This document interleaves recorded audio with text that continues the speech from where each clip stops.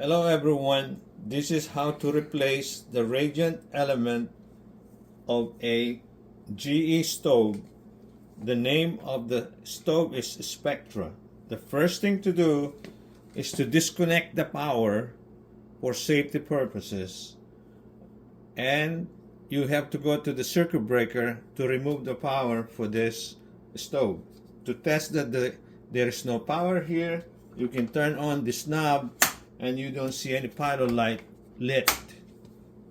And the second thing to do is to get the nameplate of the stove, to get the model number of it and serial number.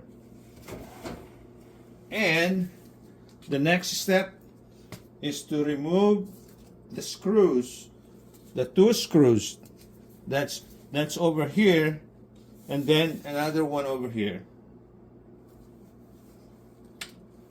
And then you can open it up, and if you cannot open it, you can use these tools to remove the dirt that is keeping it in place.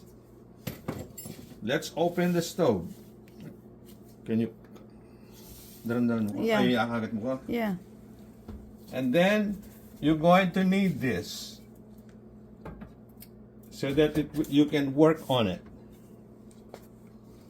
So this is the old one that's over here, and then in order to check it, okay, you can use multi tester to do it. These are the 4 wires over here, and you disconnect it, and then you check it, either visual or with the multi-tester. And I found out that there is a cut on the element, okay, and you have to take a picture before you disconnect, so that if you don't remember where this wire goes, then you have some reference or record. And you have to remember that there is a clip here that hold this. There are 2 clips just like that, and this one.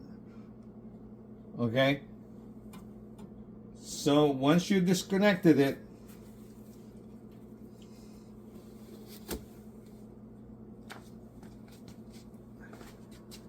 you have to buy a new one. This is the newer one. It's a little bit different, but it's a replacement. All right, cut it up.